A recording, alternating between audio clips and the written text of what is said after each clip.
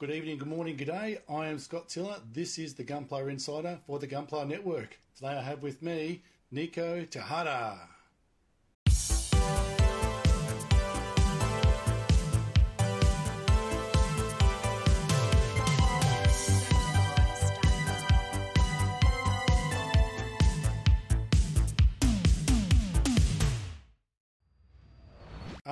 Good evening, good morning, good day. Yes, this is Gunpla Insider. Today I have with me Nico Tejada. Just a couple of public service announcements. A couple of our sponsors, Robo City, always looking after you, and Canadian Gundam, also a really great mob. So we're talking to a Canadian tonight, so probably more relevant than usual. And Cloud Communications, they look after my VMR.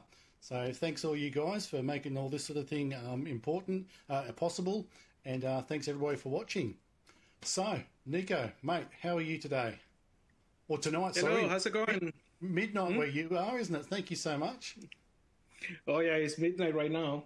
Yeah. So you're living in the future. I'm in the past right now. I am. And I did the maths. I'm 9,345 miles away from you in a direct line. Isn't the internet awesome?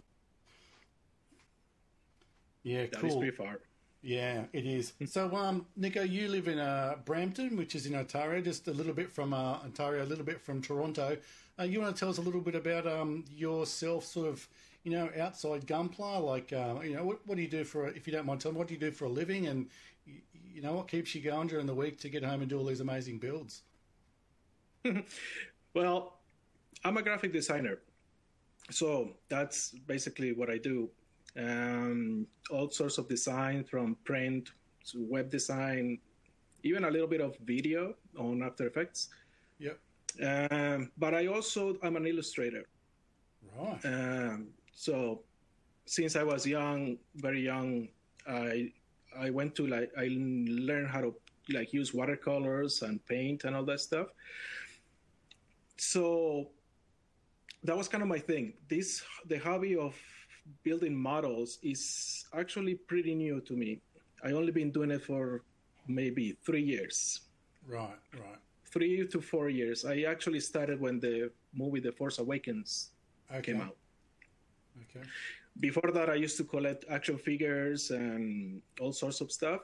Yeah. But I realized that I didn't have anything related to Star Wars, which is my favorite. I'm a huge Star Wars fan. And I saw that there were these kits, especially from Revell, that you can put together. And you've been a Star Wars fan from a boy, like the rest of us, sort of like mid-40s type guys? Well, I'm 40. Yeah. So I mean, I was having a conversation with someone today about Star Wars, and I watched the first one just the other night. I went to sleep on the couch to it, and you watch it, and it's B-grade, but it has that way of just taking you back to when you were a kid, and you were just totally, everything influenced you, and it's sort of, and when you get older, you can afford to sort of relive it and that sort of stuff, hey? Yeah, well, for me, it's interesting. The Star Wars saga, for me, I remember what it meant for me when I was a kid, when I was a teenager, and how I see it now. I remember when I was younger and I used to watch it, I loved the ships, I loved all the battles and all that, but I hated the sets. Really? The sets, I thought they looked cheesy and old and whatever. Later, I started appreciating it. Just emailed George Lucas and just said, "Dude, you need to sort this out." Yeah, I remember, the ships look so fantastic, but the inside of them, all those buttons, and they just look awful. But later on, I appreciated, and now I think they look amazing. All the sets, and I appreciate that the new movies are trying to keep that same style. So I don't know how my attention to that detail changed, because I don't see them now as old as I used to. I see them as actually pretty cool and actually ahead of the time. So it's interesting to see how I saw the movies when I was young, how I saw them later on, and now that because I did advertising and also camera work is involved in this. Now I see them nice shot, nice angles, the lighting is good. So it's not like I always appreciate the movies in the same way. It was a transition to what it is now. Yeah, sure. And so you were doing the all the Star Wars stuff. We'll check out a bunch of your Star Wars builds. You've also got a Colonial One from Battlestar Galactica there, which is a beautiful build. Before that, so you were doing all the Star Wars stuff, and obviously Bandai was there, and then you picked up a Gundam kit one day, just like the rest of us. You pulled the sword out of the stone, and so to speak, and off you went. Tell us a little bit about this. Yeah. So, like I said, I started doing the Star Wars kits, and that's how I learned basically basics of weathering and all that. But I still I still say that I'm learning at this moment. But so I went this one day. I went to a comic store that is nearby, and inside they had this Gundam kit. It was a 144 Grace. It's a high grade, and it was for like $14, 14 Canadian dollars from Iron-Blooded Orphans. Yeah. Sure. It's the 144. Yep. It was so cheap. I knew what Gundam was. I never saw any shows, but I knew what they kind of were. So I saw it and I was like, maybe I'll practice weathering on this. So I bought it and I brought it home. And I started putting it together. I didn't fully paint it. I just weathered it. Because in those days, I didn't fully paint anything yet. And as soon as I finished it, I was like, well, this was kind of fun. Yeah. Went back to... It's kind of interesting. I went back to the store and they had another one. This was another Grace. It was a pink one. Yeah. I don't quite remember the name of it. It's not the one with the big ears, though. It was another one. Yeah. And the same thing. This was very interesting. Went back again to the store later, and they had another one. But this time, what they had was an RG Exia 00. Just dive straight in. What's funny about it is that I didn't know anything about the grades yet. Yeah. Like there was a high grade, a master grade, or anything like that. Yeah. I just saw it. It was kind of the same size. So I started building it, and this is fun, but boy, this thing has a lot of parts. Yeah. I was like, whoa, there's a lot of parts on this one. And that one I did fully paint. Yeah. And then I was talking to a friend at the office, and I said, like, I started doing this. And he said, oh, so basically what you did is an RG. And I said, like, an R what?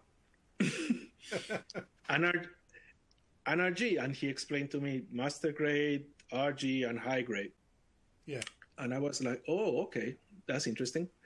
I was doing quite a few high grades at the time. After that, as I got more into the Gundam.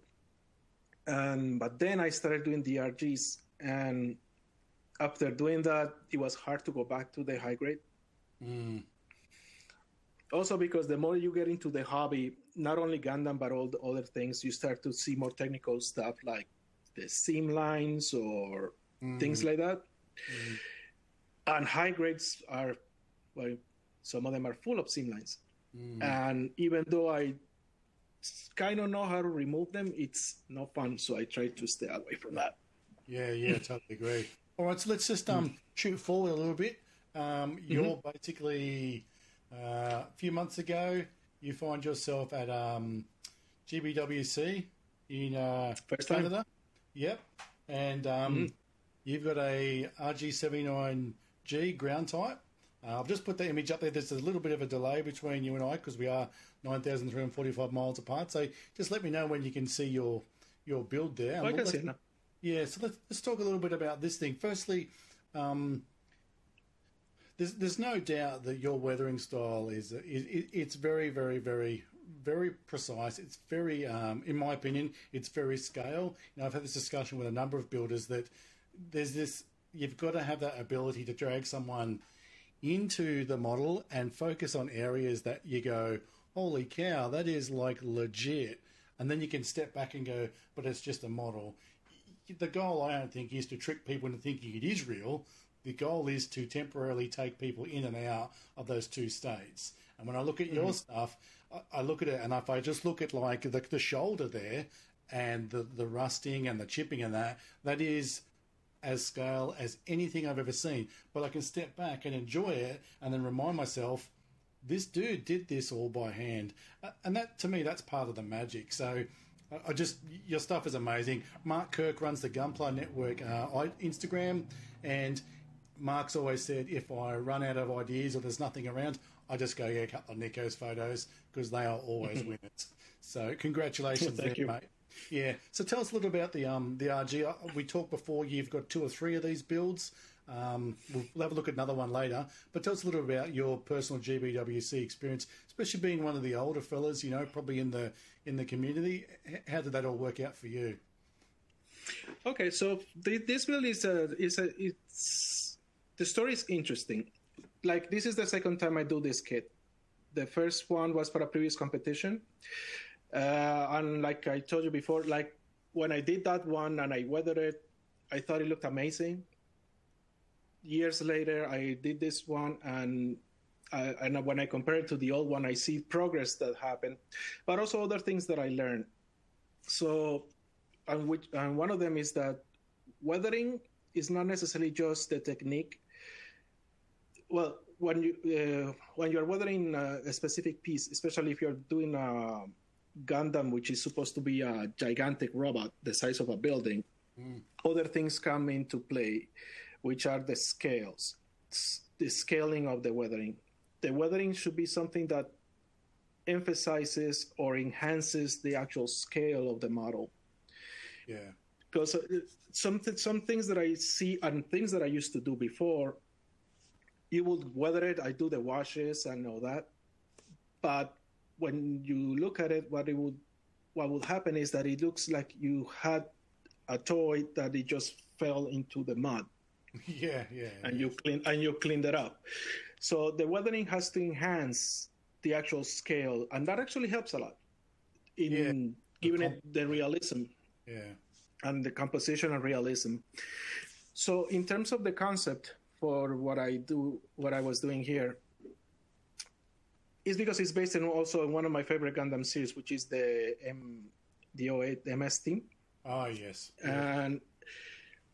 And one thing I like about that series is that the Gundams and all the mobile suits that you see there in that universe are like weapons of war, but like realistic weapons of war, like something that could happen in real life in the future, maybe. It has that feeling of like, it's like a Vietnam era type combat, doesn't it? Like it could be like an APC or some sort of truck that's just, it basically, once it comes off that C-130 and hits the ground, it probably doesn't get a lot of maintenance apart from air filters and stuff for the next 4 years. And like what you do here, you can imagine that this Gundam was deployed, and since then they're just kind of keeping the basic maintenance up to it. Yeah. Like I heard that, for example, what they do in maintenance is basically fix the inside of it. That they don't care so much about the outside because it's quick. So just that's why fuses and hydraulic fluids and pipes and things. Yeah, that's right. And another thing is that I like history. I like, for example, World War II history. And when I go to certain model competitions, I like seeing dioramas of World War II and all that. See the tanks, how they're weathered and everything. But I also am a big fan of sci-fi. So I try to combine both things in this. Like, it's a diorama of a war scene, but it has a giant robot on it.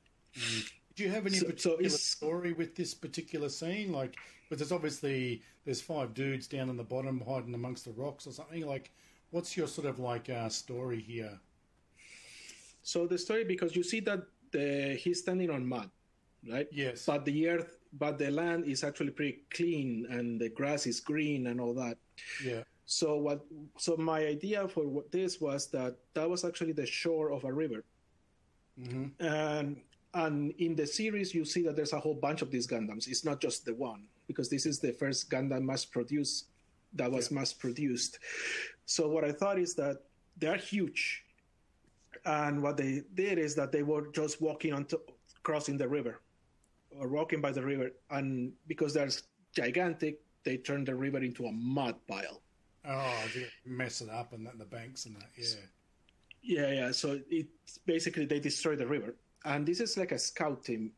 So they just reach the shore, and they're just like they just arrive there. They're gonna set camp and plan whatever strategies they're gonna do. That's why the Gundam is also parked with the gun down.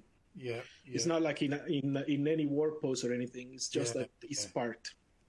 Yeah, cool, man. And they are just and the people down there are just assessing the situation, basically. Yeah, cool. That's what the one is like pointing, like, oh yeah, whatever that is. yeah, something like that. Could be a good hill to go to, or there's some mango trees. Awesome. Yeah, cool. But that's why it's so clean. The grass is green, everything is nice. But then suddenly it's muddy on the other side. It's because basically the machine just destroyed the river. Yeah, awesome. So can you tell us a little bit about your GBWC experience? I guess your expectations just as a modeler. We also talked before, you and I were chatting about how it works in Canada. So if you want to kind of cover that a little bit, because it is kind of interesting for the countries like Australia and Philippines and Thailand. Like we just I think everyone just rocks up with the best they got. And on that day, the winner walks away with a ticket to Tokyo.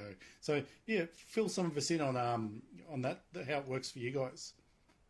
So this was actually for me the first time. And in Canada, I think they have done it. This will be the second time they've done it in Canada, or maybe the third. I'm not sure. The way it works here now is that there's in Vancouver and in Montreal at the same time they have their own WC competition individually. Each city will have a first, second, and third place. Right. And from each city, the one that wins will go to participate representing Canada. Oh. Well, no, it will be from them. It will be chosen the guy who will represent Canada. Oh, right. So two cities are competing, but there's also an online entry. Okay. That one is still going on right now. That's the deadline is, I think, October or maybe the next month. I'm not sure. So you will have a winner from Montreal, you have a winner from Vancouver, and you will have a winner from the online competition. Yeah, anywhere.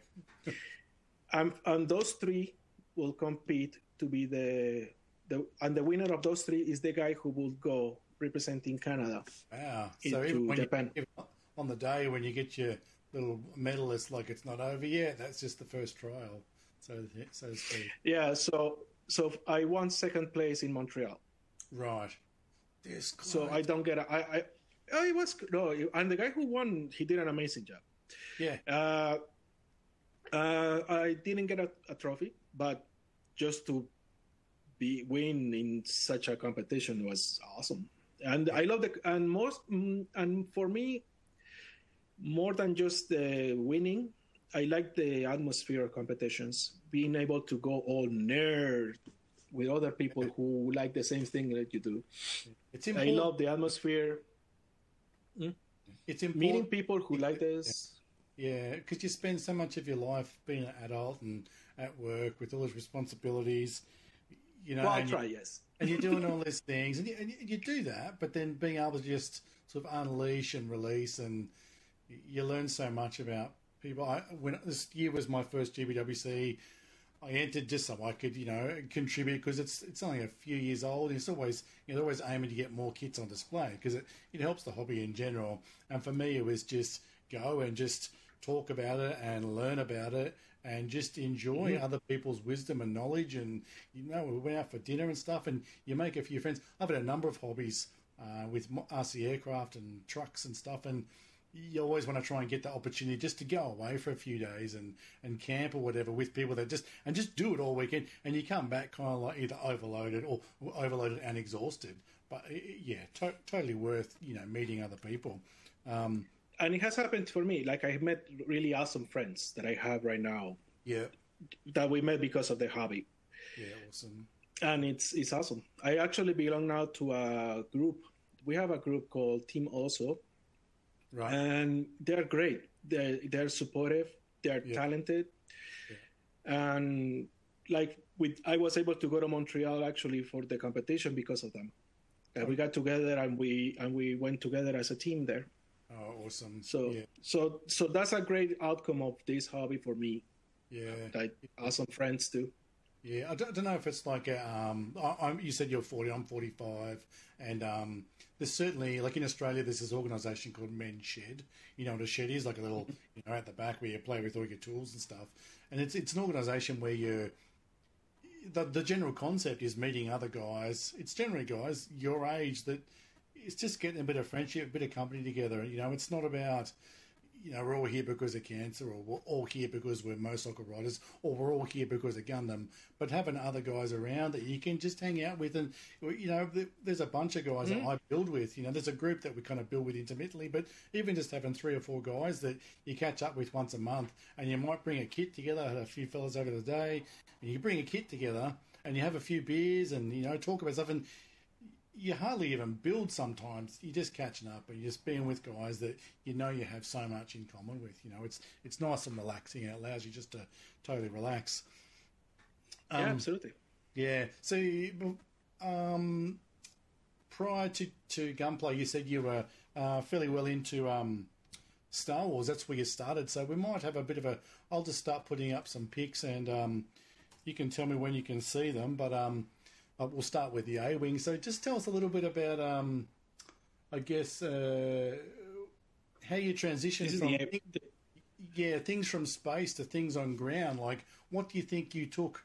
Because it's a very different environment. Space is, there's no mud and all that sort of business. So, what was your transition as I flicked through the pixie? What was your transition from space stuff right through to, things that stomp around the mud? Well, like I said, I'm very new into this hobby, and the way I started was because of Star Wars, and like I mentioned, I collected action figures and all sorts of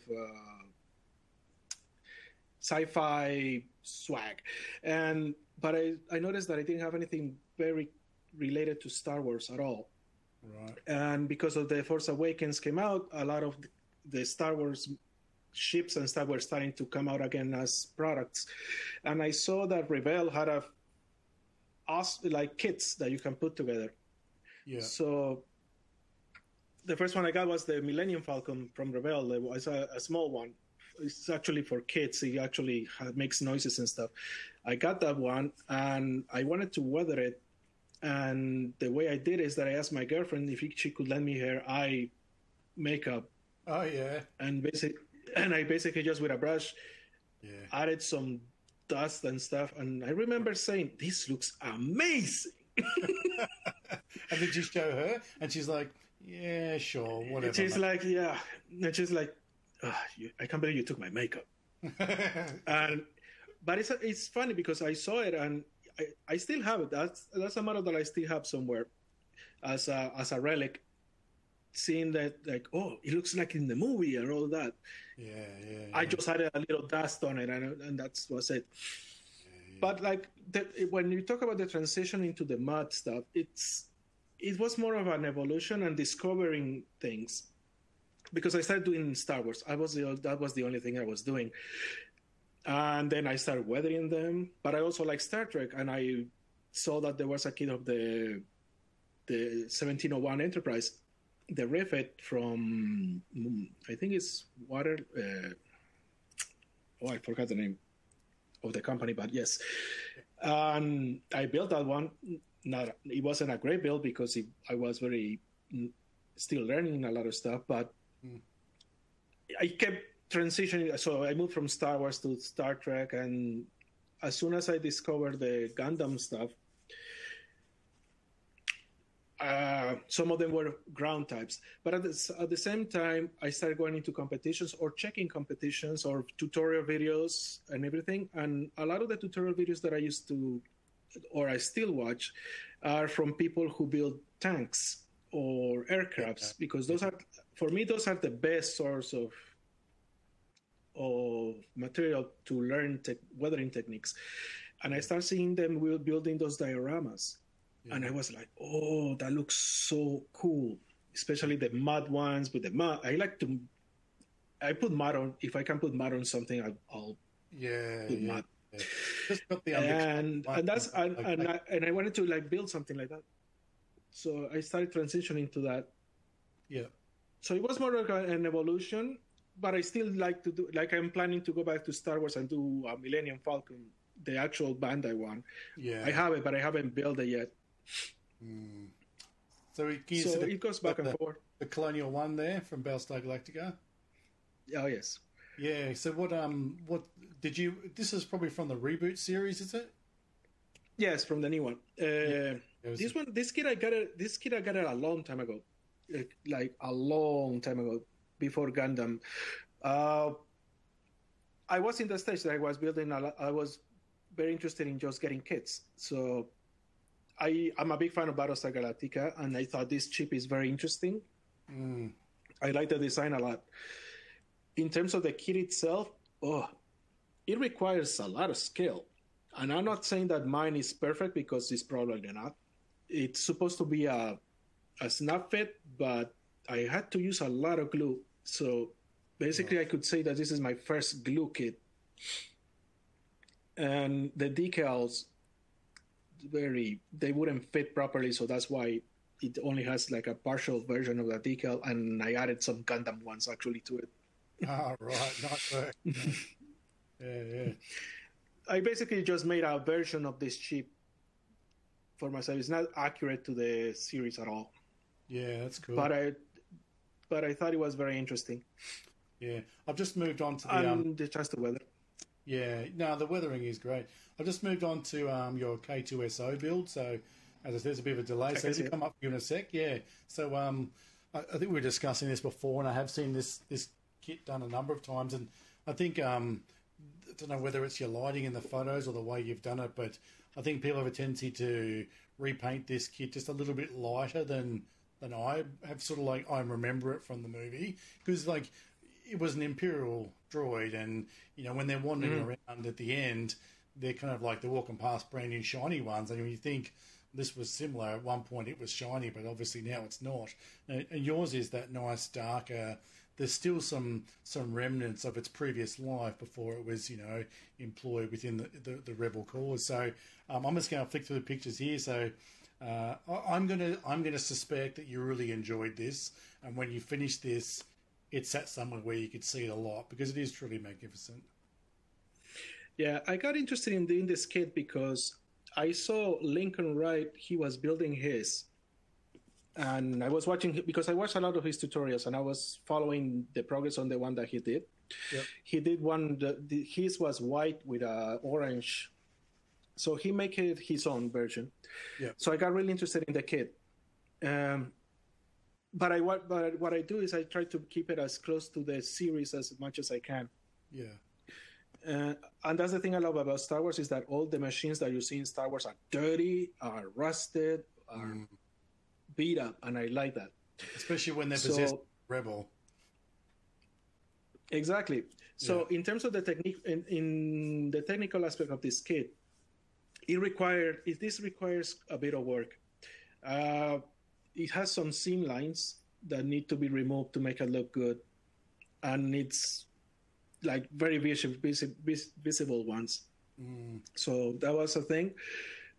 It came out for me. Seam lines, it's a hit and miss. Sometimes I get rid of them and they look fantastic. Sometimes I miss. This one, it came out good. I just ignore them, me personally.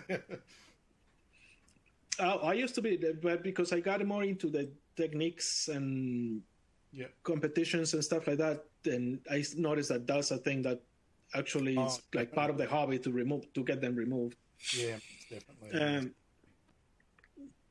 I respect people who don't care about them. That's just me. Yeah. Look. What people like yourself do is a different.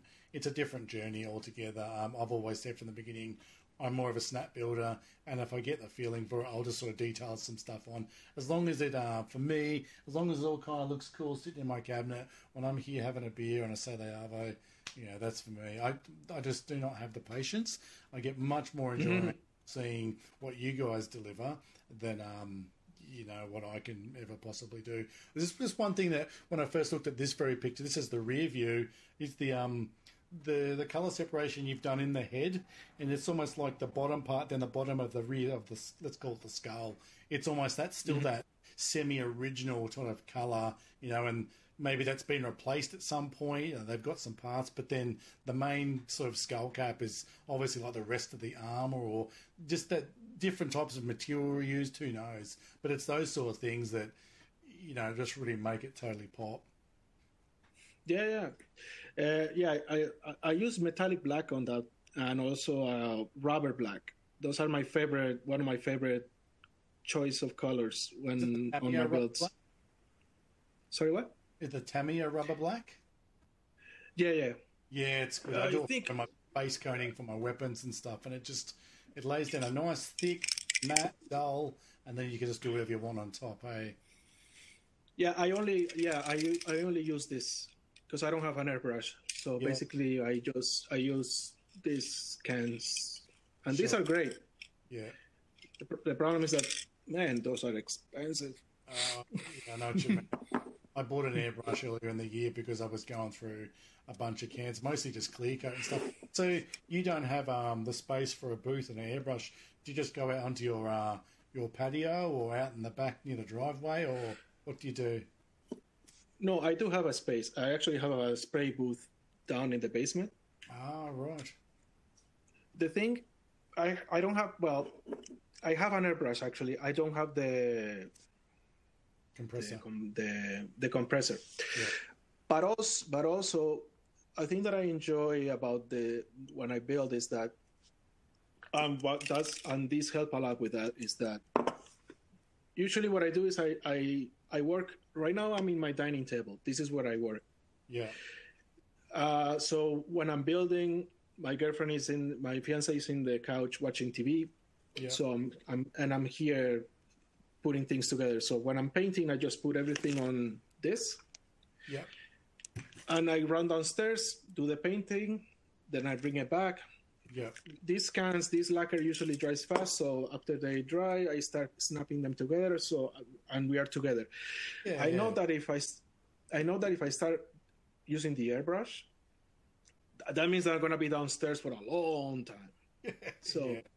Yeah. So I do want to do that. I do want to get into the airbrushing because there's a lot of techniques, especially weathering techniques, that can only be done if you have an airbrush, like the hairspray technique and stuff like that.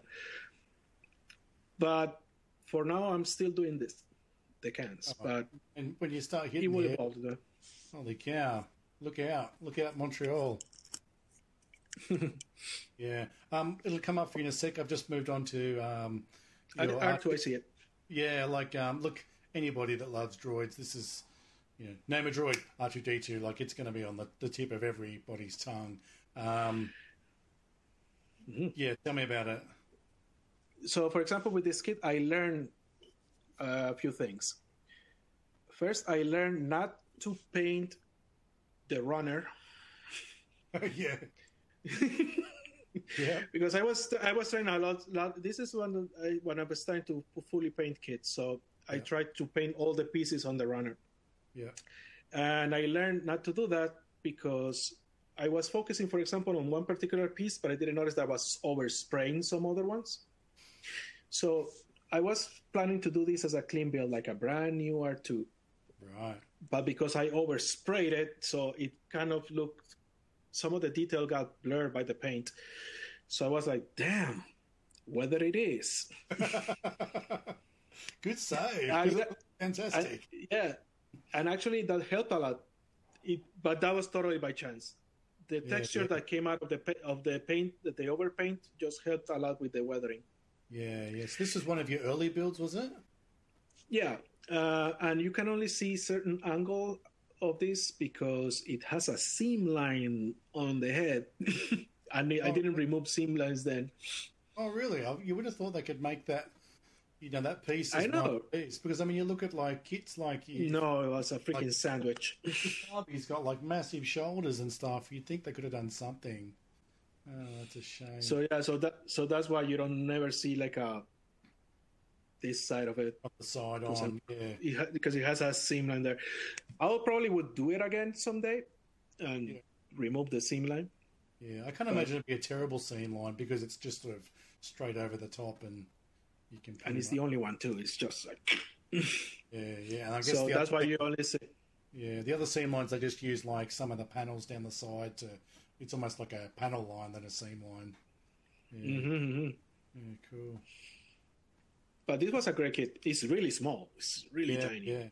Yeah. So there was a lot of squinting. What scale was the R2? It's a 144, I think. Oh wow! Yeah, right. So it's smaller than it's shorter than a high grade, a Gundam high grade. Okay. Oh, I see now that is the Ywing. Yeah. This one, it's got that again, just around the nacelles and in the nose there. There's got to be something in space that just allows things to just get grotty. But I guess these will work. Well, these will operate within atmospheres as well. Like not everything is you punched off a big ship out in space. You know, you see these coming in and out of mountainside hangars and bases and stuff. So there's just enough, especially if they're in the middle of a battle and they're punching along. Like with things like Force Awakens and Rogue One, we've seen a lot more of ships. Like I think it's Force Awakens when when Poe and the X-wings come and rescue them after Mars has been attacked and that, and these X-wings like just punching across the top of a lake, like that was just that's an awesome. That's the greatest scene ever, isn't it? And you really start to get an idea that there was more to the Rebel action. Yeah. There's more to Rebel action, just like flying around the stars, going pew pew. So I'm going to flick through these pics. Just tell me how you feel about this one, because it's for me, it's probably some of your best work in the Star Wars stuff. You know what? A lot of people have said that about this. I actually took this to a competition and I won first prize. Yeah, and you should too. It's brilliant. But to be totally honest with you, this was one of the quickest builds I ever done. Oh. Like the whole because the kit goes quick, so the paint job I did it in a day. Yeah, basically, and the weathering I did it on the second day. Right. Your weathering, do you use a lot of like oil brushes and stuff? Do you, or do you a combination of Tamiya powders? I know that like I've bugged you a million times to do some tutorial videos, and obviously it's just whatever you haven't got the light or the camera and stuff for it, but you put up some really great shots. But what materials are you generally using for your weathering on both the sci-fi and the Gundam stuff? Well, at the moment, what I do is at first I do a wash, like a dark wash or an amber wash with this Vallejo wash. And I really use this a lot. These are the Tamiya, the Tamiya weathering kits. Yeah, I have a whole bunch. Yeah, they're brilliant, aren't they? I love this. Pretty expensive. Like over here in Australia, they're like $15. And when I was in Tokyo, they're like $5 each. I was like, oh, I should have just bought a lifetime. I bought it for $9 there. Oh, that's pretty good. Yeah, that's pretty good. I got them on Amazon mostly, yeah. And I use also. Well, I use this to remove the wash. So when you do a wash, you're doing just sort of like in some of the main panel areas where you want those sort of dark highlighted areas, or do you kind of wash the lot and then wipe away? I do it all over the place and then I wipe it up before it dries, because it gives it like like it's been outside. It's like a sort of a light gunking, so to speak. Yeah, and for the chipping, I use regular sponge, like I'm using right now. Yeah. Like $1 store sponge, and some detailing with a fine brush. Using not this one, this. I usually do German gray or light gray. You like so on this case, the what? You like the Vallejo paints? Is the ones I used when I was starting learning stuff. I saw people using them, so that's why. And I haven't tried anything else. Yeah. I don't know if there's better ones or not. It's just what I did change is I started with the tester cans before the Tamiya ones, and testers wasn't that great. So the hobby shop that I go to, the guy advised me to use these ones. Okay. Because the nozzle is really, really good. So it allows you to do a really clean paint. Yeah. So with this with the Rogue One, the Ywing, in the movie you see them that's how they transport some troops. So it actually lands on land. So that's why I weathered it like it is. Right. I used a lot of this on it. Some details with the sponge. Yeah. And the wash, but mostly it's all this. It's amazing with all the stuff that you can do with this. Yeah. Look, everything I've done has been pretty much that with a little bit of like sort of brushing, chipping, and that sort of stuff. I'm still trying to find. Oh, it has dry brushing too. I forgot to say that. I do dry brushing too. Yeah, I find those little Tamiya things are just like it's easy to put on, but it's very easy to go overboard. And I'm trying to find just the best way to apply it and know, because you can use I put a bunch of the extra applications, like the makeup ones, and you put it on, and then you kind of like dab it off, and then you put a bit on, and it's very easy to sort of go, I need more, and then you kind of like get a big bunch, and then you put it on. It's like too much, and it's hard to pull off, and you've got to be a lot more patient with it than I am yet to get that gradual increase. Well, that's when you start to get to the point that your own style. When I first started using them, like you said, I will overdo it. They will look super messy. I used them on the first array, the Gundam that I told you that I did twice. The first time I used it on the RX-79G. Basically, the Gundam at the end, it looked like baked bread. Yeah. Somebody pointed that out, like, oh man, that looks like baked bread.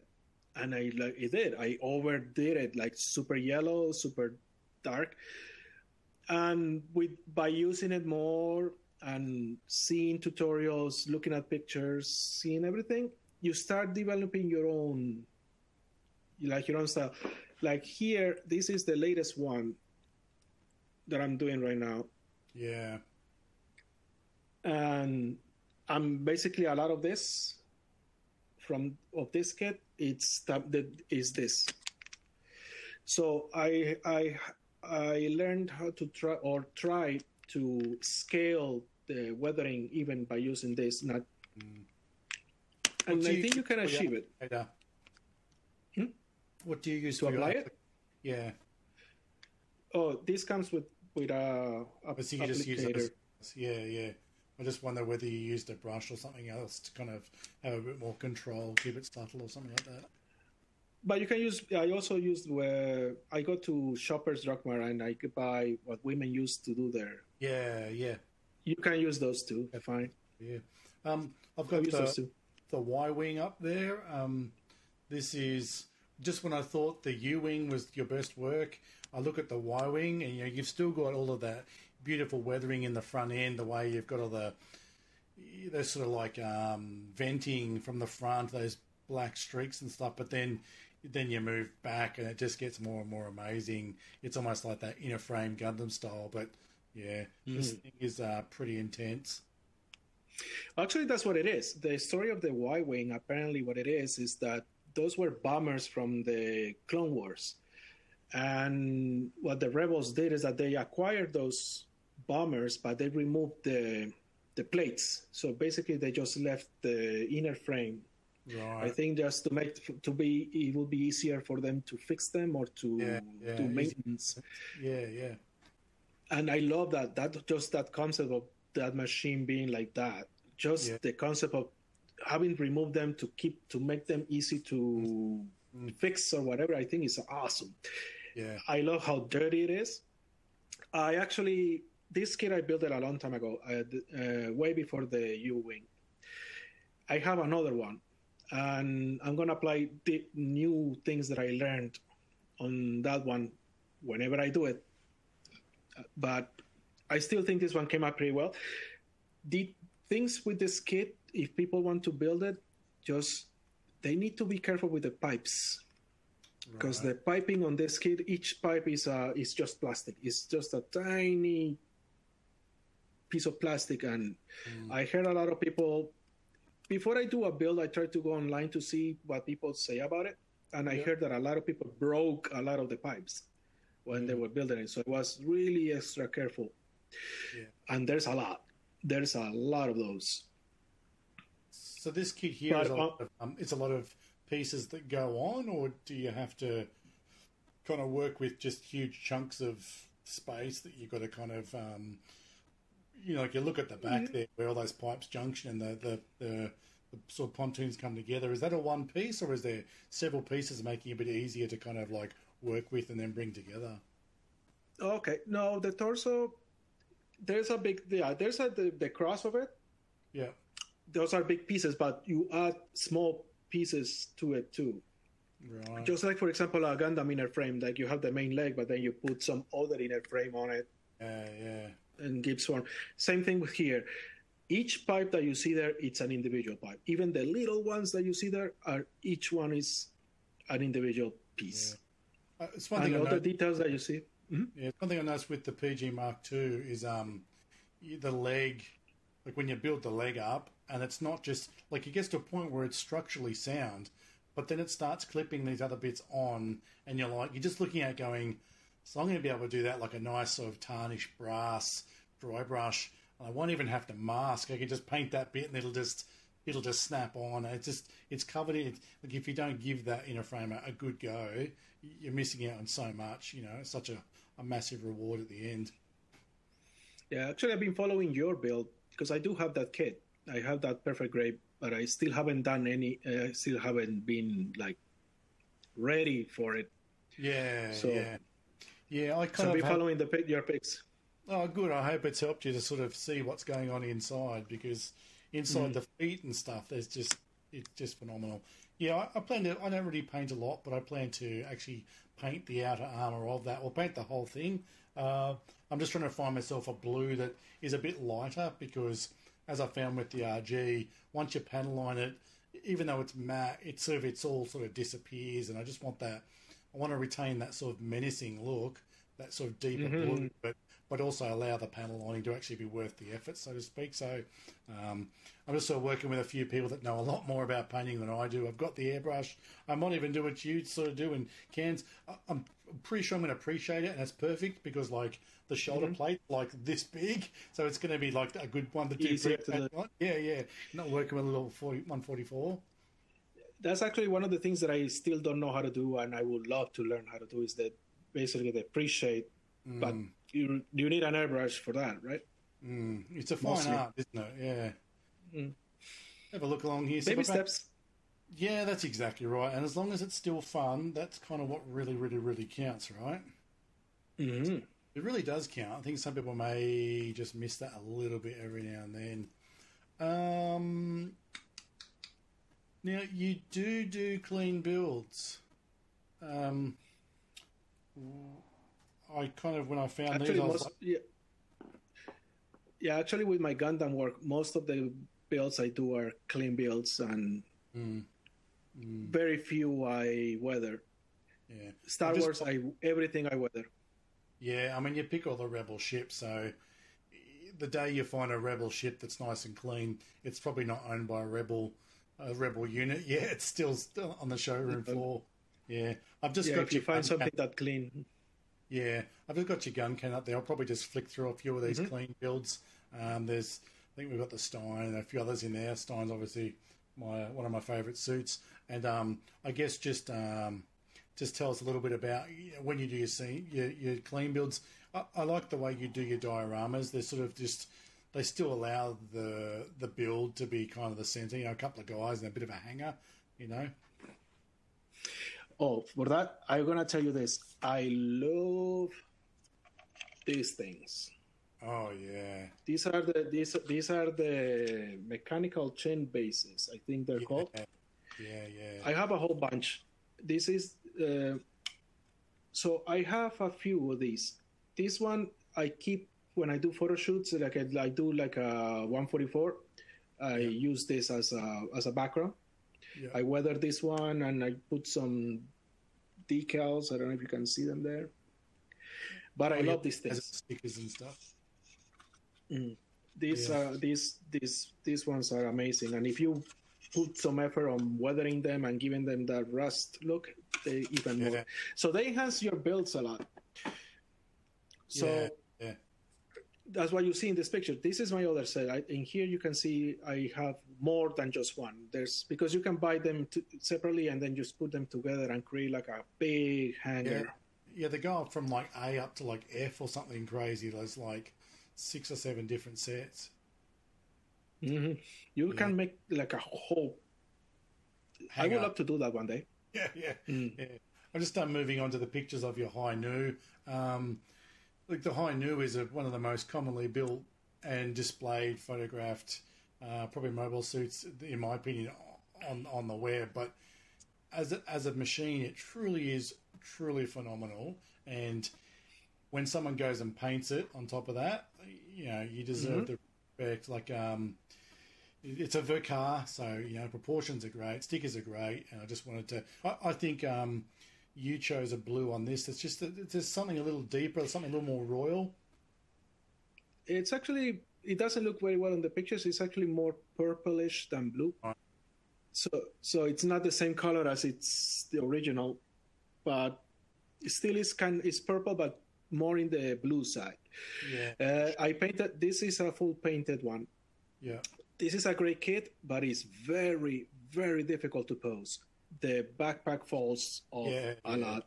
So I have it basically on one pose on the stand, and I hope that there is no wind. Yeah. Because it has fallen a few times. It's an awesome kit. I recommend it. It takes a while if you're painting it because it has a lot of parts, but it's awesome. And one thing that I also love about doing builds is that I love decals, and I usually put a lot on my builds. Basically, I like to read of my Gundams. Yeah. Because I put a lot of decals. I try to put as much caution marks as I can when I'm doing a clean build. Yeah. There's people who have said, my God, there's way too many. It could be true, yes. It's just my style, I guess. I totally agree. I love it. I was just working on the Girl Goo yesterday and trying to get a few more on there. It doesn't come with it. It comes with some rubs. But I try to just... I think I kind of I limited myself because, it's a older technology, and when you look at sort of if you look at, say, an aircraft from World War II versus an aircraft from, say, let's call it World War III, the 21st century jet fighter, the World War II aircraft's going to have, don't stand here and this is where the pilot is, whereas a jet's going to have, don't touch this, don't touch that. They're covered in warning signs. So when you get something like a Girl Goo, you've got to keep it in proportion. But when you get something like a high nu, which is effectively just like some sort of supersonic killing beast, I think warning signs, I think decals galore. Because for me, that's what gives it a more realistic look to a clean build. And it takes it away from being just a toy or a figurine or a statue. It just gives it like a more, it's probably a giant robot just came out of the assembly line. Yeah. That's what I like. And one thing that I recommend to people, to everybody who might be watching, is that if you can, try using water slides over the stickers. I know there's people who are afraid of them. I was very afraid of water slides when I started, and I messed up a lot of them when I was learning. Yeah. But the look of it is just great, way better than the actual sticker. Yeah, it's something that if you like to do this hobby and you want to get more into it, doing that and the panel lining, and even if you like strip builds, it's fine. But try to use the water slides. You will love the look of it.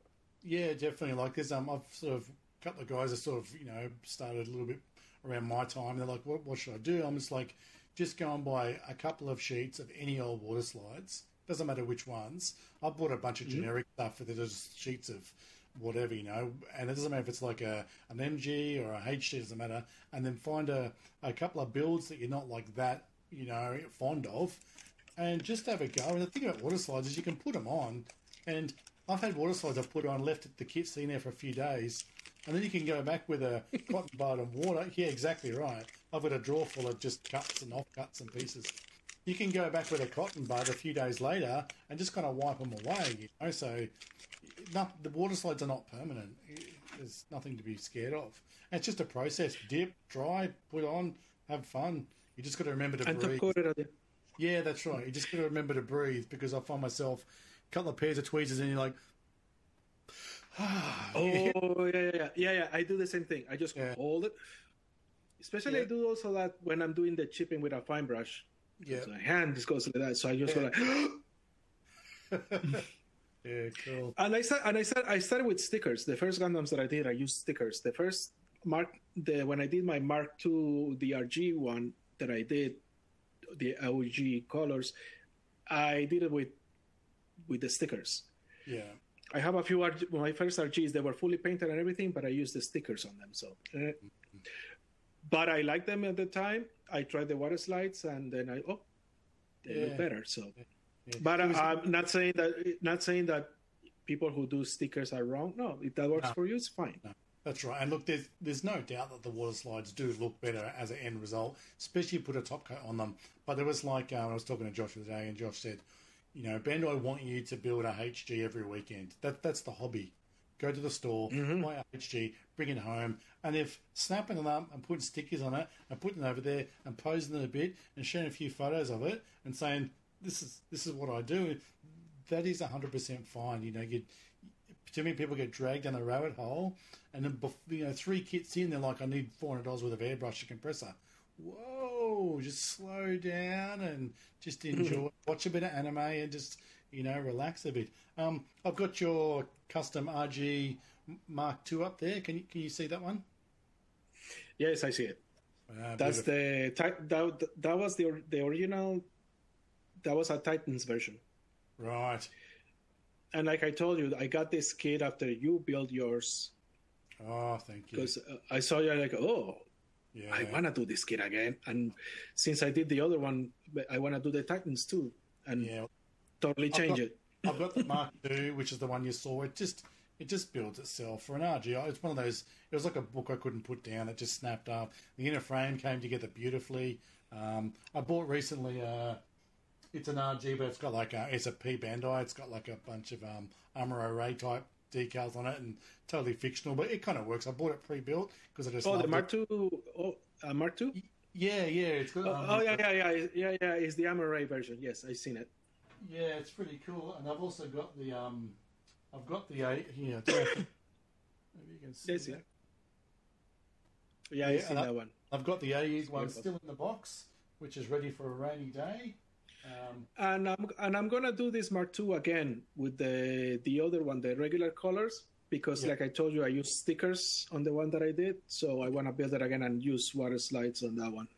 Yeah. It's that RG, the Titans, is the reason why I bought the PG. I just love it.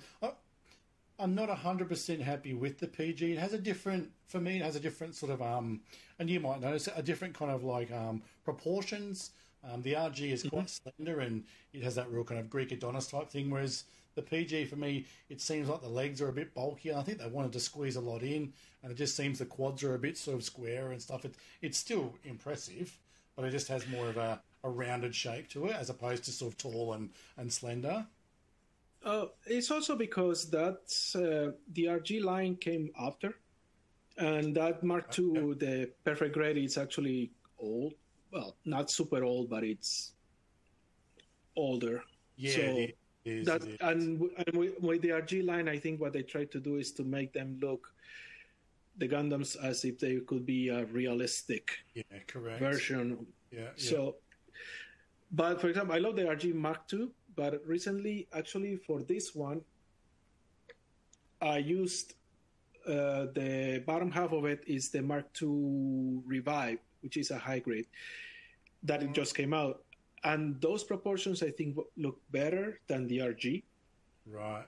Because for me, I love bulk. I love the big, thick legs instead of the slim ones. For me, because it looks more war. Yeah, it's more like it could hold everything up, because like those, it does need to be big pillars that are holding up the other, 32 ton of whatever's upstairs. You should get yourself. That's why I love the. Get yourself a girl goog, mate. That's about as wide as legs get. That's what I love the hazel so much too. Oh, yeah. That's just legs. It is just legs. There's that whole It's big day. I've just put up your Stein here. I mean, the Stein's already a beautiful thing, in my opinion. It's probably the first kit I got, and just I sat it and I moved Oh it. yeah, I remember when you were building it. I just finished mine. I moved it around the house, and if I was going to be in the kitchen for half a day, I would move it to somewhere I could see it. My wife's like, "You are seriously freaking me out." I'm like, "I don't care. It's what I want to do," and then forget to go and paint it as well, and just totally sort of finish it off. Like it just gets better and better. I see with this one, I got this kit a long time ago, like 2 years ago. Right. But and it stayed there for like a year because I was afraid because it's a Verka, and I was like, yeah, but this seems like a very complicated kit. So up to in terms of the pieces and all that. So when I got more confident, that's when I built it. And to this day, well, I have only built 2, but this is my favorite Verka. Like this one poses well, fantastic. It does, doesn't it? It's the only problem is that freaking gun you cannot. He won't be able to lift. At least not mine. Yeah. I found I did a little cheat. Like I had a few shots of it, firing off in the distance because obviously if it's in space it's irrelevant. But just a little bit of like blue tack on the back side. So if your photo's going to be here. Oh, so that's how you did it because I saw that you were able to do it. And I was like, how? It has the little things that come out of the hand and out of the weapon. You're supposed to kind of bring them together, and they lasted about 3 seconds in my hand fists. So every time I fire, if I want to put it over there, that way I just put the blue tack on the other side. So you talk to some people just use a lot of magnets and stuff, but I got a bunch of blue tack. It's perfect. But I agree, it is tricky to work with. So with this one, when I first built it, the pose that I had it on was just holding the rifle, and the pose was boring. Yeah. But an accident happened that, in a way, was a kind of a blessing in disguise. The rifle fell and it broke. All right. And I was like, oh. But then I remembered that, but wait a minute, I think this kit comes with a bazooka too. Yeah, I didn't build the bazooka. Yeah, right. When I do Gundams, I suffer a lot from weapon exhaustion. So if it comes with a lot of guns, I usually just build one and do that one, and I leave the other ones unbuilt or to build them later. So I remember, I think this comes with a bazooka too. So I built the bazooka. I took the box because I keep the boxes, and I did the bazooka, and I managed to pose it in a very, very nice pose. Mm-hmm. And now I'm... isn't it? It's great. I think it's the same as the Sinanju one, the regular Sinanju one. Oh, yeah. Lots of people know all sorts of stuff, and it fits in with this, combines with that and all that business. Yeah. The only thing is that it has a seam line, so I had to remove that one because it's a sandwich. So there was some seam lines that I had to remove, but came up pretty good. Yeah. And now I keep this one. It's actually over there in my cabinet. I have that on front display because the pose that I managed to put it on, it's so cool that I was like, oh, this has to be seen. Yeah, that's right. I've got mine in that boring pose, just standing there. Oh, actually, I've got the rifle up at the moment, but I want to get it up with some more action.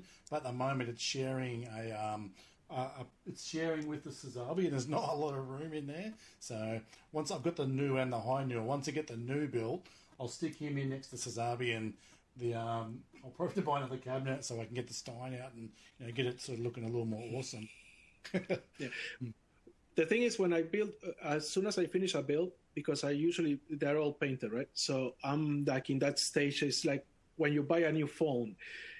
In the beginning, you are like treated like this. Yeah. When you're gonna put it on the desk, you're like, oh. After a few months, you just go. You throw it on the bed, like, oh, it fell there. Yeah. So when I build a Gundam, I keep it all like menacing pose, not move it too much. But after a while, and after I build some other ones, I go back to it, and now I'm like, I detached more, so now I can move it. Yeah. So that's when I start playing with the poses a bit more. Yeah. So that's what happened with this one. At the beginning, it was just standing, and then I let's bend some legs. It took me like an hour and a half, but I managed to get a really awesome post out of it. Yeah, cool. That I was happy with. Cool. I've got one more that I really wanted to, because I think this was probably the first build I saw of yours that really got my attention. This is another ground type RG79. I think it was the pictures. I'll work my way through the pictures. There's the crew up on the shoulder, kind of just hanging around, and there's one particular shot looking across the chest with the helmet, and like one of the guys is out of focus. And that's before when I was talking about how your builds have this way of kind of taking me personally, and probably others. You can go in and you can see this and you can see that and go, holy cow, that is insanely scaled and detailed. And then you can step back and go, that's amazing. And you just keep going in and out, and you can be tricked, but and that kind of reinforces your skills. That's what I think. So this is the one that I used in Montreal, right? So, right. But the thing is, when I built it, what I did is that I weather everything. Everything is weathered. So when I took these pictures, I haven't done the diorama yet. But even before these ones, what I did is that I built the frame, the inner frame, and I weathered the inner frame as if it was just that. So if you look in my page, you can see some of the steps that I took, but all the inner frame is weathered. Dry brush with some, even though you don't see it anymore, it's weathered. So, because some things that I noticed when I was weathering before is that after building it, you weather on top of it, there's spaces that you won't be able to reach with a brush or anything. Yeah. And it will always look clean. So why is that clean inside? So what I did is everything, each piece underneath is weathered. Yeah. So I took a set of pictures of just the frame. Actually, just the frame posing on one of these. Yeah, I think I did see them. Yeah, I recommend going to your website and having a squiz at those, because they're almost like the whole thing is in for maintenance. They've just torn everything off it, and now it's just a raw frame just standing there. Yeah. And because I was taking so many steps on it, so I did photo shoots of each stage. So I did that part. As soon as the Gundam was done, I took pictures of it. That's why you see, like, I put figurines, like, working on his face. Yeah. And because that was before I did the base. And actually, I wasn't going to do that. That was just like, well, I still have like a month before the WC. Let's see if I can do one. And it's my first one. That was my first diorama. I never done one before.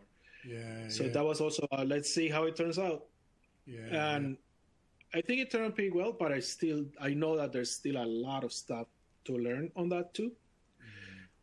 But these pictures that you see now, those are the workers, like, they're like fixing the head. Yeah. Is that just the little the MS Parts Bandai 144 set? These are 1/100. Oh, correct. Yeah, sorry, my mistake. Yeah. You can get both, because I have both. Those are Bandai. You can buy a set of workers. I think they're called that, workers. Yeah. You can get them in a 144 or a 1/100. These are the 1/100. Crew or something like that. Yeah. For the diorama that I'm working right now, I'm gonna use the 144 ones. Yeah, right. Like I have this, they will go on this little tank. I don't know if you can see it. Oh, the hover tank from MS. Yeah. Mm-hmm. Yeah. So on the diorama that I'm doing right now, I'm taking a little break. Yep. I'm gonna stop doing that for a bit. Gonna do a clean build, because weathering, it's intense, and I don't know about other people, but for me it drains me. Like after doing this one for Montreal, I thought I wasn't gonna do a weather model this year, so I did this. I have a competition in November, so I'm doing this one for that. But that will probably be my last weather build for 2018. Because it's fun, but it's work. Yeah, totally agree. And I love and for me, doing clean builds is fun too. So that is like that's gonna be like my vacation. Yeah, Because yeah, I build a lot. I build a lot. It's also because I stressed a lot, and it's also and this distresses me. It's so I use that as therapy too in a way. yeah. Until that little piece falls and you cannot find it, then you're stressed out too. Oh yeah, yeah. It's funny how often that comes up for people that sort of go, Gunpla is such a distressor for me, and then they go and sort of think about entering GBWC and they just have the most stressful 6 months of their life trying to get their build ready. It's so counterproductive. But I guess there's that feeling of really pushing and pushing and pushing and just, we all as human beings, we have goals that we want to achieve, whether it be, as parents or as employees or as, careers and stuff. But, we can't help but take our personality into our hobby and set those goals. And if we don't achieve them, we feel like we've let ourselves down, Yeah, I know what you mean. So yeah, work will give me a lot of stress. I have also anxiety, so this helps a lot with that. And also because it's a brand new thing for me. I said, I never did this hobby before, so I actually never had like a hobby like this, and it's fun. So a lot of people say like, you never sleep, you never rest, because I build, and the thing is like basically I finish one and I start another one. Yeah. So because it's really fun. You could say maybe addiction. So basically, I'm always working on something. I will take like a day where I don't do nothing and just watch TV, but there will be always something that it's being done or being thought about. Yeah, and while you're sitting like you see this TV, right now, you see now this is very clean. You see the wall, but behind this computer, it's my mess of my desk. That's why I've been able to reach for like this is my decal set where I keep them all. Or this is because it's right there. It's behind the curtain, mate. It doesn't matter. Oh, it's a mess. Yeah. We might just we'll just look at a few. You're obviously on Facebook. I've got your web page there, and Nicolas Tejada. You've got two pages. You've got a personal page, and you've got the Scale Model Builder page, and that's got all the galleries. A few things we didn't hit on because I got to try and keep this down to sort of like a watchable chunk. But you can go through to see all the albums, and you've got your Hazel there, and that first Grays, and the beautiful Unicorn, and just so much. The 1 Year War. Let's have a RX-78. Yeah, let's have a look. We'll just have a quick squeeze this because it really is. As far as clean goes, it's all good and well to say it's a nice clean RX-78, but you went and painted the whole lot. There's aspects of this, some of the greys like around the ankles and on the rear of the calves and stuff like that. That's your work. And the face. And the face. That's right. It just, I said to you before, I've got an RX-78, the Vicar, which I weather the heck out of. It's fine, but I need a clean one. I'm going to get this one, and I'm going to do exactly what you've done because your colour separation is phenomenal. I also had the Verka kit. The Verka kit came before the 1 Year War. I think this is like the one that came after. And it basically fixed some of the things on the Verka, I think. The Verka, the RX-78 Verka actually was the first Verka ever. Right, that makes sense. So, for me, this kit is the best looking RX-78 of them all. I have built the 3.0, I built the Origin, I did the RG, and I did the 2.0. And of all of them, this one for me is the best looking one, the best proportions, and all sorts of goodies, the best shield, everything. People have loved this build, but I also have people who are very, well, let's say purists maybe. And I heard people complaining that I painted the face. Oh, when they spend $70 on the kit, they can paint it however they like, you know. Oh yes, yes, and like I said, I like when I paint. A lot of the time I try to keep the essence of what it originally looks, but I want to put my own take on it. So this Gundam has the blue, the red, the yellow as the normal colors, and I try to keep them as it is, but I want to put the spin of it, so I try to do some color separations. Absolutely. So that's when I mix it. I love grays and blacks. Actually, that's my favorite color. That's why I always dressed in black. And I do that. So if you see this build, it keeps the essence of what the RX-78 is, but at the same time, it's a custom paint job. So I wouldn't say that it's just exactly as it is. Yeah, for me, it kind of, when I look at this, when I sort of see, especially on the back of the legs there, I'm like, so let's say the war went a bit longer, or let's say there was some upgrades, we're suffering some sort of like leg structure failure, and they went and upgraded it, and maybe the panels that came out were originally, let's just do them this color, or this indicates that version, because it's, if it went really well for them, there could have been many and many of these RX-78-2s, so we kind of think that once, the 0071's over, it's all gone and that's it, but it's nice to sort of let it go a little further. And you can see the decals. I put decals on the decal. Yeah. Are they the 1 year war? Is that like a water slide sheet that comes with it? Or did you get like a Vercar sheet, or what did you do for that? No, for this, there probably is a kit, a decal set for the 1 year war one. But one thing that I have here is that I purchased, because most of my builds are actually the UC kits.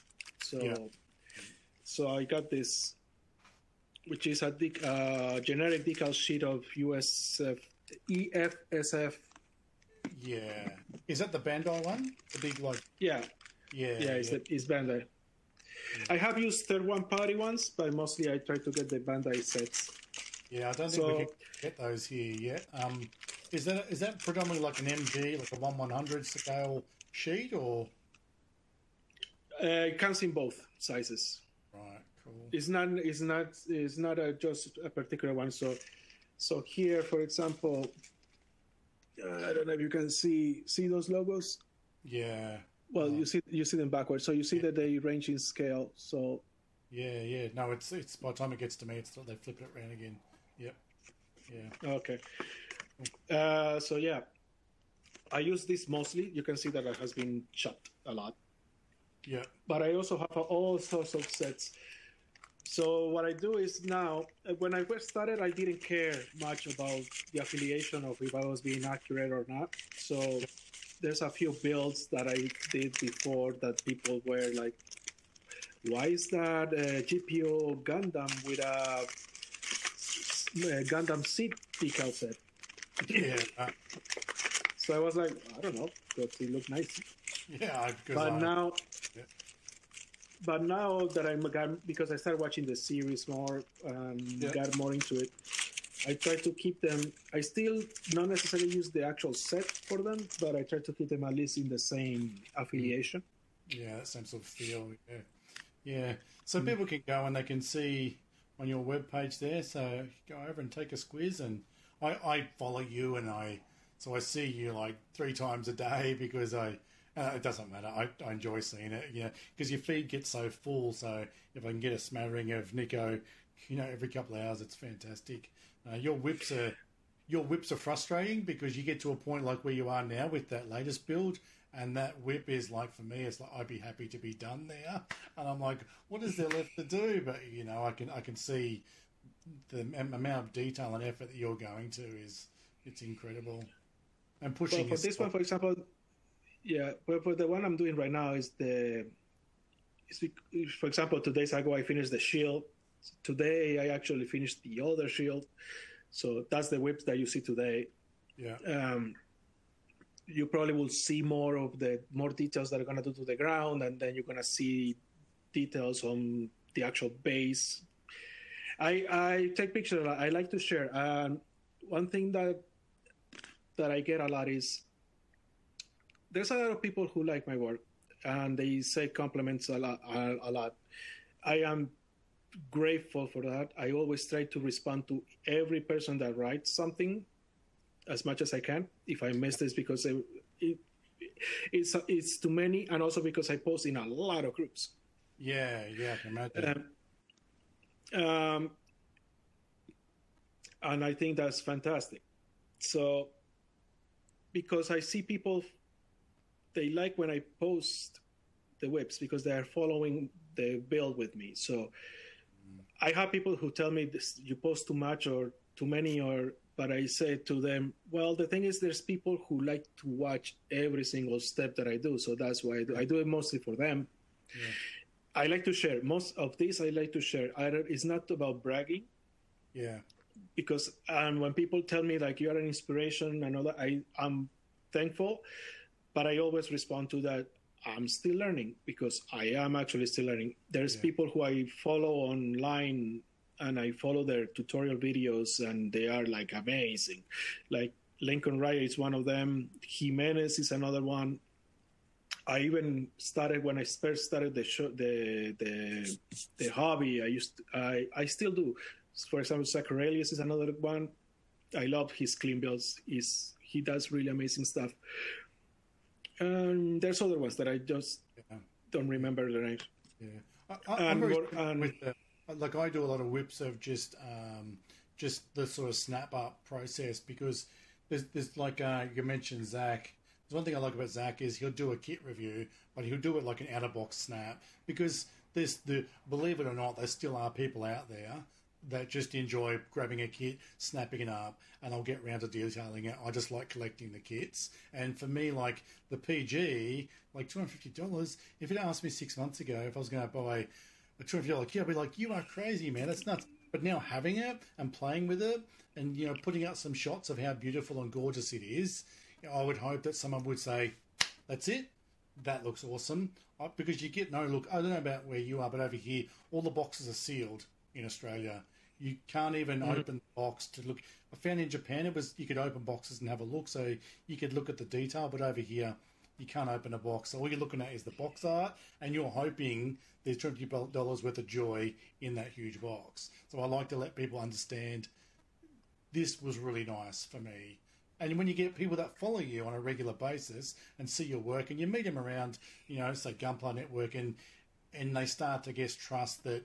Oh, he liked that one, and he liked this one. Maybe I'll spend my hard-earned cash on that one as well. And that's Zach. Zach is very honest and open, and he's like, this is great. This is actually already poo kit. Looks good. So I appreciate people that just whip anything, as long as you put the effort in. It's not just a picture of 2 legs on your mum's kitchen table because, like, what am I getting from it? This is my time. Oh yeah, I follow him for that too, and I follow other ones that are just for the reviews. Yeah, and they just snap them together. Yeah. Before I buy I'm interested in a Gundam, but you always look for somebody who does a good review. Zach does really good reviews, and one thing I like about him is that he hates seam lines as much as I do. So he will be the one who will be, when he's doing a review, he will point out, oh, by the way, this one has seam lines here, here, and here, here. While other ones, they will just snap it and say the kit is this, but they won't. And I'll be like, does this have seam lines or not? Yeah. It's the whole truth and nothing but the truth from Zach. Yeah, so he does that. I like that. But there's other things that I watch. And this is outside of the Gundam spectrum. And for people who want to get into weathering, I really advise that they start looking into that. I follow other groups of people who build tanks or boats, all that sort of stuff. That's where the real interesting weathering techniques, tutorials come from. Yeah, there's a group called Weathered Models. You probably follow it. I am in that one. Tractors and cars. There's that dude called Jens, Jens, and he has just a car like in a barn, and it's like every 2 days he's got a Cadillac or a Pontiac or something, and it looks like those bargain hunter dudes that go looking for half rotten cars they're going to restore. The stuff that you see are a tractor and that, you really do have to look outside so anybody that's good will tell you, step out, take a look at other things, and then bring that back in if you want to be a great builder that gets, does well in competition and starts to already strive. Okay. And I want also, and as more as I get into this hobby, that's not something that I want to do. I just don't, even though I enjoy Gunpla a lot, this is actually right now the biggest part of my hobby, but I want to dive into other two outside of it.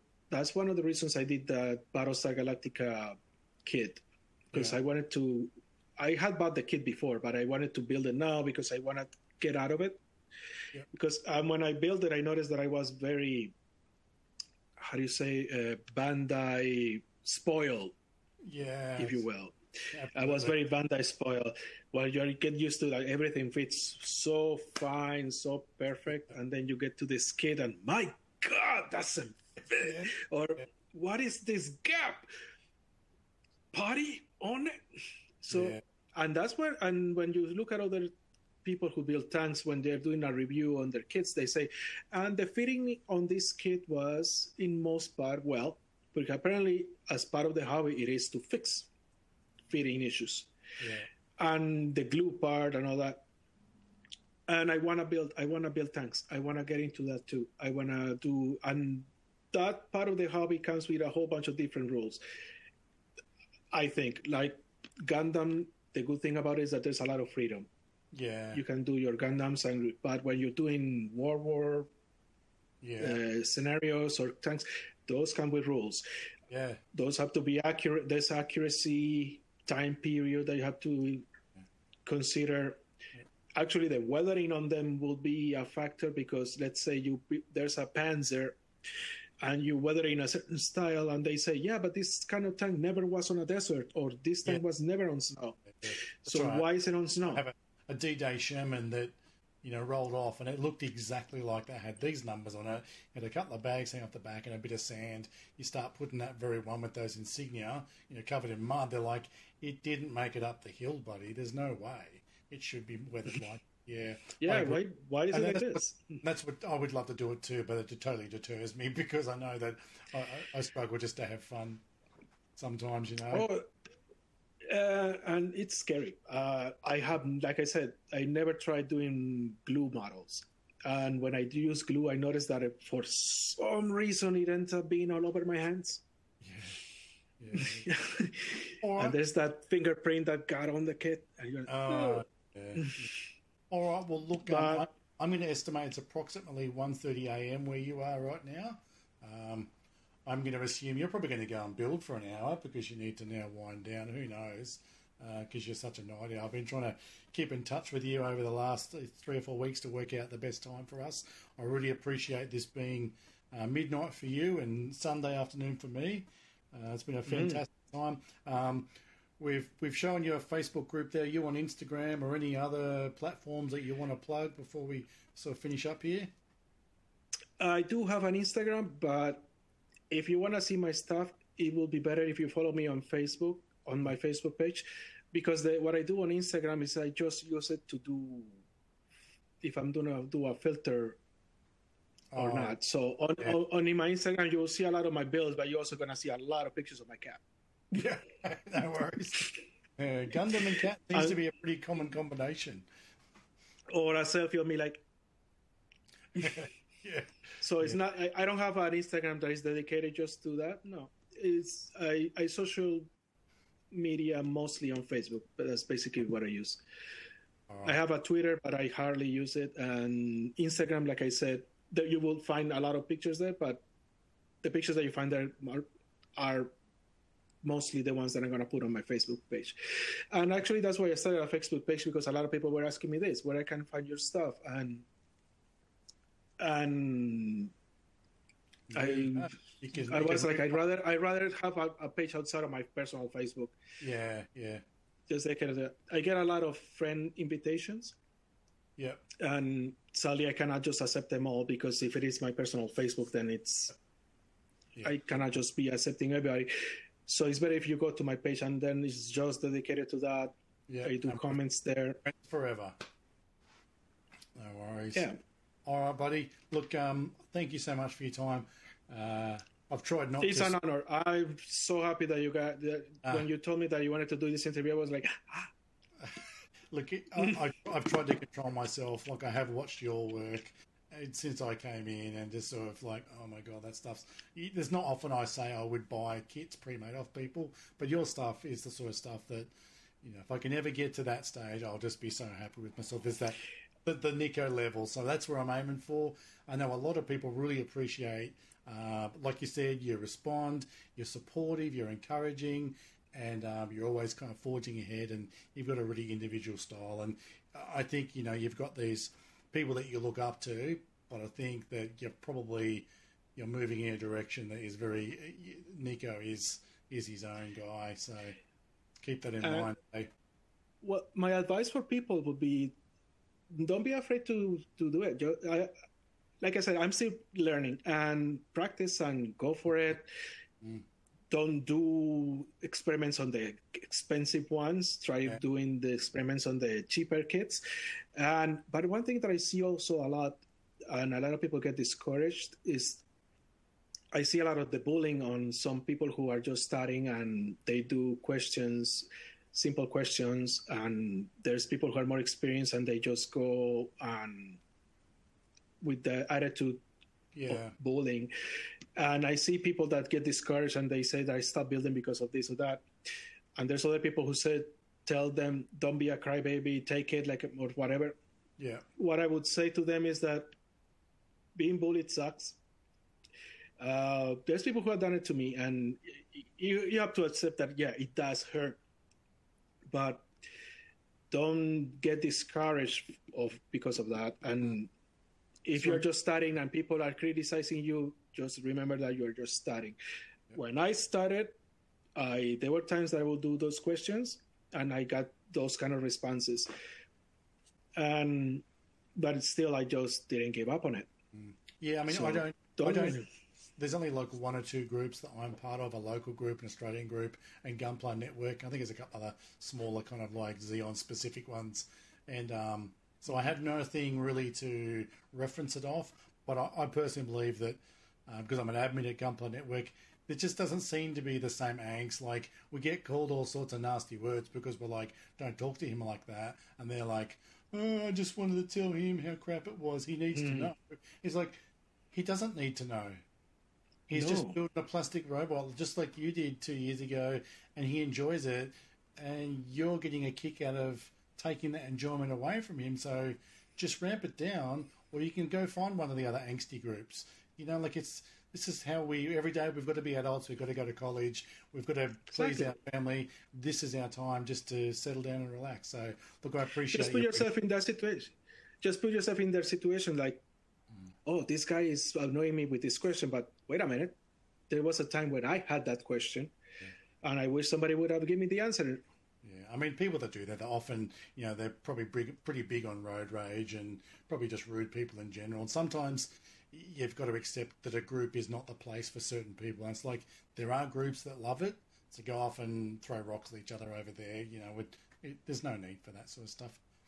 Yeah. That's why I like the Gunpla Network a lot.